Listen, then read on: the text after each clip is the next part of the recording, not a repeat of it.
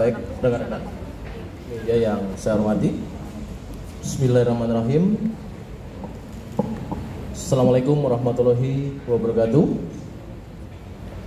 Selamat malam, salam sejahtera bagi kita sekalian. Rekan-rekan media yang saya hormati, setelah kita ikuti secara bersama-sama tadi rangkaian hari ini, dan saya terima kasih kepada teman-teman masih ada di sini. Hari ini tepatnya tanggal 3 September 2025, yaitu sesuai dengan yang pernah kami sampaikan pada 2 hari yang lalu bersama Karwatov, yaitu pelaksanaan sidang kode etik profesi kepolisian. Saya akan membacakan, dan sebelumnya saya di sini bersama dengan Kepala Biro Pertanggungjawaban Profesi Divpropam Polri, dan juga secara eksternal diawasi langsung dengan Kompolnas Bapak Khairul Anam, dan juga tadi ada dari Komnas HAM, ya, dan juga dari Kementerian HAM turut melihat pelaksanaan hari ini. Sidang KKP atas nama terduga Kompol Kosmas KGI Jabatan Danyon A Resimen 4 Pas Pelopor Korbrimob Polri. Sidang dilaksanakan hari ini Rabu, tepatnya tanggal 3 September 2025, dimulai dari pukul 9.00 waktu Indonesia bagian Barat, dan sekira sampai dengan pukul 7.40 waktu Indonesia bagian Barat di ruang sidang di Propam Polri, Gedung TNCC, lantai 1 Mabes Polri. Rekan-rekan, perlu kami sampaikan di sini ada komisi terdiri dari yang pertama selaku Ketua Komisi Inspektur Jenderal Polisi Dr. Andes Merdisam MSI Wa Irwasum Polri. Yang kedua Wakil Ketua Komisi Brigadir Jenderal Polisi Agus Wijayanto SH SIK MH, Kepala Biro Pertanggungjawaban Profesi di Propam Polri. Ketiga anggota komisi Komisaris Besar Polisi Heri Setiawan SIK MH, Kabak Binetika Perwatrov di Propam Polri. Dan anggota komisi Komisaris Besar Polisi Didi Yono SIK, Auditor Kepolisian Madya tingkat 3 Itwil 5 Itwasum Polri. Yang kelima anggota komisi Ajun Komisaris Besar Polisi Christian Tonato Esos MH, Kasubit Provos Bitpropam Korbrimob. Saksi-saksi hari ini yang dihadirkan, yang pertama adalah Aibda MR, Bribka R, Bribtu DS, Bribda M, Baraka Y, dan Baraka JEB. Wujud perbuatan terduga pelanggar di sini telah bertindak ketidakprofesionalan dalam penanganan aksi unjuk rasa pada tanggal 28 Agustus 2025 sehingga mengakibatkan adanya korban jiwa, yaitu nama Saudara Afan Kurniawan. Terhadap terduga dalam proses sidang komisi, yang pertama adalah pasal-pasal yang dilanggar, yaitu pasal 13 ayat 1 PP nomor 1 tahun 2003 tentang pemberhentian anggota Polri, contoh pasal 4 huruf B Peraturan Kepolisian nomor 7 tahun 2002 tentang kode etik profesi dan Komisi Kode Etik Polri. Yang kedua, pasal 13 ayat 1 Peraturan Pemerintah Nomor 1 Tahun 2003 tentang pemberhentian anggota Polri, Junto Pasal 5 Ayat 1 huruf C Perpol Nomor 7 Tahun 2022 tentang Kode Etik Profesi dan Komisi Kode Etik Polri. Ketiga, Pasal 13 Ayat 1 PP Nomor 1 Tahun 2003 tentang pemberhentian anggota Polri, Junto Pasal 8 huruf C angka 1 Peraturan Kepolisian Nomor 7 Tahun 2022 tentang Kode Etik Profesi dan Komisi Kode Etik Polri.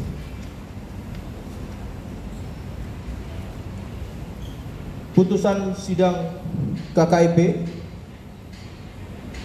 hari ini yang pertama kami sampaikan sanksi etika, yaitu perilaku pelanggar dinyatakan sebagai perbuatan tercela. Kedua, sanksi administratif berupa penempatan dalam tempat khusus selama 6 hari terhitung mulai tanggal 29 Agustus sampai dengan 3 September 2025 di ruang Patsus Biro Provos di Propam Polri, dan penempatan khusus tersebut sudah dijalani oleh pelanggar. B. Dalam sanksi administratif, pemberhentian tidak dengan hormat sebagai anggota Polri. Itu rekan-rekan yang dapat kami sampaikan hasil daripada sidang Komisi Kode Etik pada hari ini. Kami juga di sini bersama Kompolnas. Nanti teman-teman juga bisa mendapatkan gambaran bagaimana proses ini berlangsung sejak pukul 9 tadi. Maka itu kami persilakan dari pihak pengawasan eksternal tentu bisa menyampaikan kepada teman-teman juga. Kami persilakan. Ya. Selamat malam semua. Assalamualaikum warahmatullahi taala wabarakatuh. Yang pertama-tama seperti yang kita dengar tadi, ya, ada satu proses dari jam 9 pagi, jam 9 pagi lebih sampai barusan kita 15 menit atau 10 menit yang lalu mendengarkan putusannya. Satu proses yang cukup panjang, ya, yang menurut kami dengan pendalaman yang komprehensif gitu ya. Tidak hanya melihat di titik kejadian seperti yang sudah tersebar di berbagai video, tapi juga ditarik konteks apa yang terjadi sebelum tempat-tempat kejadian. Ya, soal kerumunan masa aksi, soal tempat-tempat vital dan sebagainya itu tadi diurai.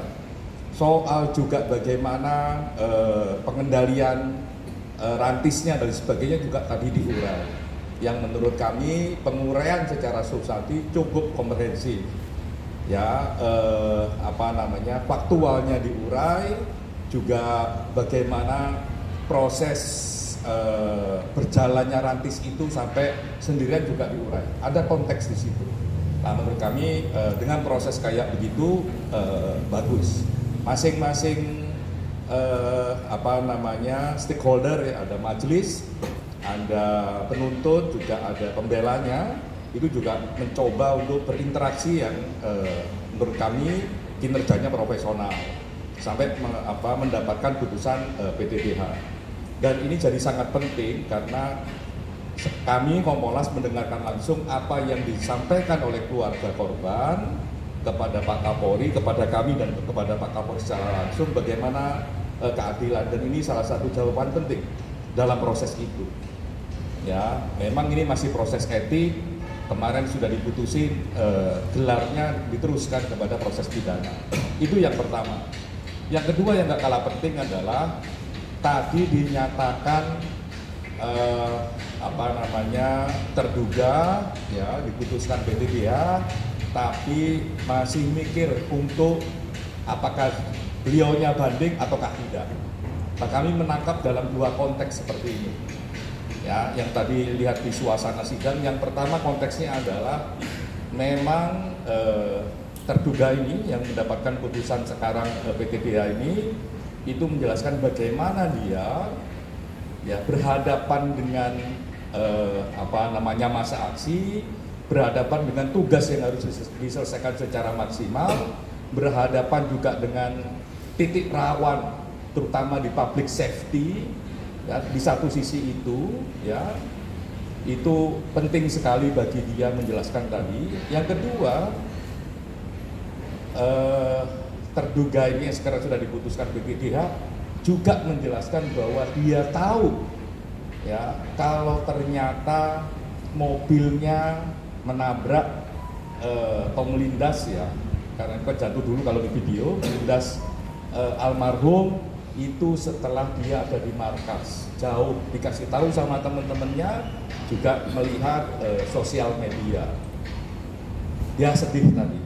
Yang kedua, ya, dia juga menyampaikan permintaan maaf kepada keluarga, bela sungkawa terhadap keluarga, ya, yang dia memang nggak ngira.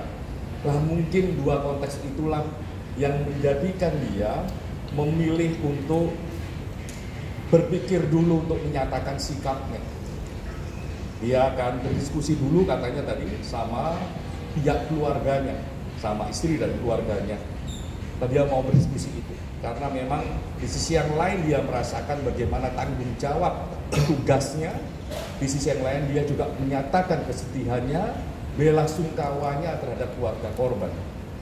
Ya, permintaan maaf tadi sempat 2 kali gitu disampaikan, mohon maaf, bela sungkawa terhadap keluarga korban. Menurut kami ini sikap yang sangat baik gitu ya. Tinggal memang harus kita refleksikan bersama-sama. Kebebasan berekspresi memang dilindungi, tapi jangan dengan cara-cara yang tidak damai, dengan cara-cara yang kekerasan, dengan cara-cara yang anarkis. Tapi sekaligus kita memang berharap petugas-petugas kita semakin lama semakin profesional, semakin humanis dan sebagainya. Nah, terduga pelanggar ini sekarang PTDH, analisa kami memang sedang merenungkan itu, tindakan yang humanis, ya, dan sebagainya, sehingga dia memilih waktu untuk berpikir dulu untuk menyatakan apakah mau banding ataukah tidak. Walaupun ya saya misalnya, kami di Kompolnas, saya yang dulunya di Komnas HAM memahami betul bahwa itu adalah hak. Dia nyatakan sekarang pun juga tidak apa-apa karena itu hak. Tapi dia mau merenungkan. Ada satu bahasa kemanusiaan yang ingin dia sampaikan. Ada bahasa pendekatan humanis yang juga dia sampaikan. Kami tadi di dalam di poin terakhir itu memang hening ketika mendengarkan itu. Mungkin itu, terima kasih. Terima kasih Pak Anam. Itu rekan-rekan yang bisa kami sampaikan untuk pada kegiatan hari ini. Saya rasa cukup. Ya, terima kasih rekan-rekan atas perhatiannya. Saya tutup. Assalamualaikum warahmatullahi wabarakatuh.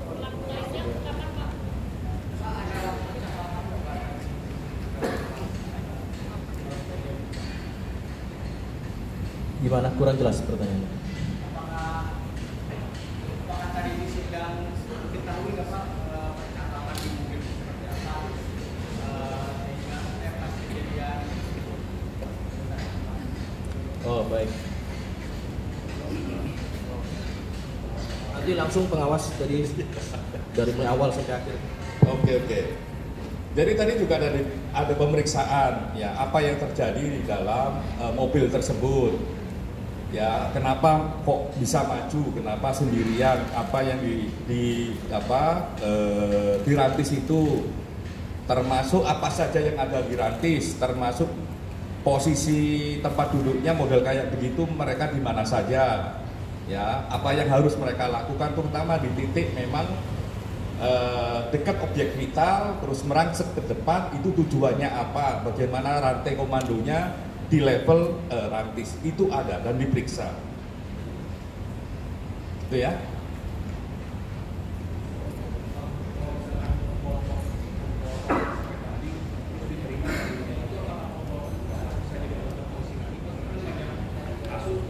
Yang pasti ada mekanisme pidana yang juga akan berjalan, dan kemarin sudah dinyatakan kami waktu gelar diberitakan bahwa memang sudah ada persiapan manajemen penyelidikan, dan itu kita pastikan kemarin simultan dengan pemidanaannya, sehingga kita tunggu proses itu sebagai satu upaya. Kami ingatkan kembali di kemarin itu sebagai upaya bentuk transparansi tahapan-tahapan, termasuk juga dalam tahapan-tahapan pidana bisa juga secara transparan, sehingga itu menjadi sesuatu yang baik.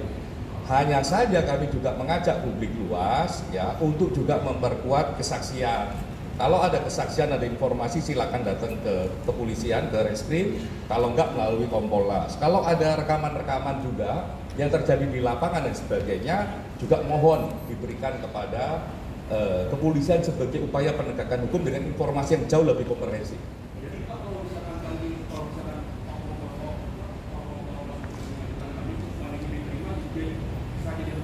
Sebenarnya yang paling penting dalam konteks ini adalah proses pidana, karena proses pidana juga akan mempengaruhi putusannya kepada status, gitu ya. Jadi ini tidak hanya berdiri di soal etik, tapi juga soal pidana.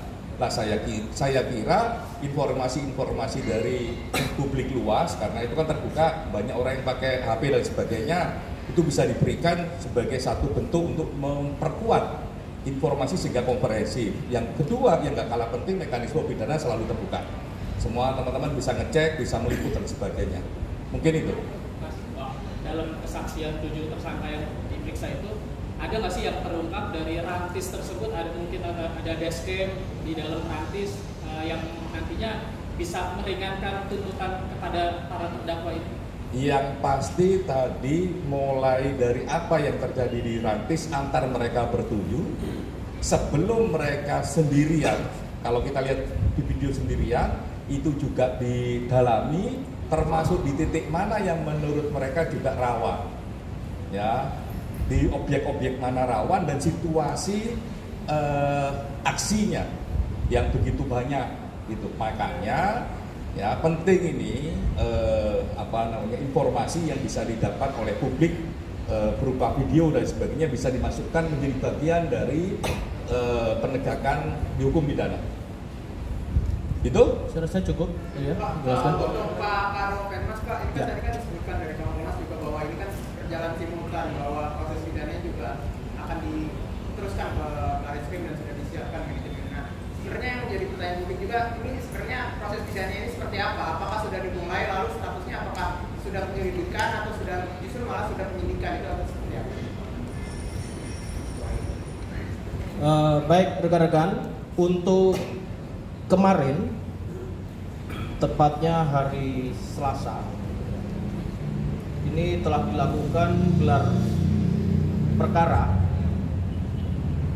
yang tentunya juga kemarin sudah disampaikan oleh Pak Saudin dari Komnas HAM dan Pak Khairul Anam dari Kompolnas. Ini telah dilaksanakan gelar perkara gabungan di mana ada pihak internal dan juga lingkupnya melibatkan pengawas eksternal. Yang pertama dari Kompolnas dan Komnas HAM RI. Untuk internal ini sudah juga dilibatkan turut serta. Pertama dari Itwasum Polri, kemudian kedua dari Barreskrim Polri, dari Divkum Polri, kemudian dari SSDM Polri, Kabid Propam Korbrimo Polri, Biro Paminal di Propam Polri, Biro Watprof di Propam Polri, dan Biro Provos di Propam Polri, serta Bagian Duan di Propam Polri. Dalam materi gelar sudah disampaikan kemarin dari pihak eksternal, baik Kompolnas maupun Komnas HAM. Tentu hasilnya di mana terhadap kedua terduga pelanggaran berat yang kemarin disampaikan, ini terdapat unsur melakukan tindak pidana. Terkait pertanyaan tersebut, tentu kemarin hasilnya direkomendasikan untuk dilimpahkan yang adanya unsur melakukan tindak pidana ke Barreskrim Polri, tentu guna langkah tindak lanjut. Dan pelimpahan sejak kemarin tentu akan diawali oleh Barreskrim untuk menindaklanjuti hal tersebut. Demikian. Berarti sudah berkasnya sudah diserahkan ke Baris Krim atau khususnya tindak pidana umum, Direktur Tindak Pidana Umum berarti? Secara satuan kerja tentu dipropam kepada Baris Krim Polri. Ya. Cukup, berat? Pak, konfirmasi Pak. Dia ini kan si Kompol Kosmas ini saksi PTDH. Nah, perannya si Kompol Kosmas ini apa ya? Soalnya kan apa yang nyuruh supir untuk kabur safety gas roban atau gimana? Soalnya kan dia kan kabur ke tol tuh. Jadi dia tuh nggak sadar Pak kalau dia dikejar waktu sampai masuk tol Pak. Ya. Proses pemeriksaan. Nanti tentunya dalam konteks pemeriksaan semuanya sudah disampaikan. Ya. Maka dari putusan yang telah diberikan kepada terduga itu adalah pemberhentian tidak dengan hormat. Maka tentu konteks itu juga akan didalami pada proses berikutnya dalam proses tindak pidana. Itu dulu rekan-rekan bisa dijawab ya. Ini alasan sidang yang digelar secara terbuka sidang kan katanya transparan. Terus kalau ada sidang Ya. sponsor terus direkaman suaranya nggak ada. Rekan-rekan, secara transparan dan akuntabel tadi kami sampaikan telah diikuti secara seksama dari pihak eksternal baik itu Komnas HAM, kemudian dari Kementerian HAM dan juga dari Kompolnas. Tentu ini bagian daripada komitmen untuk memberikan informasi dan akses yang sebaik-baiknya dari pihak kelembagaan yang kemudian nanti juga bisa menilai dan menyampaikan kepada publik. Itu. Terima kasih ya. Terima kasih, Karan.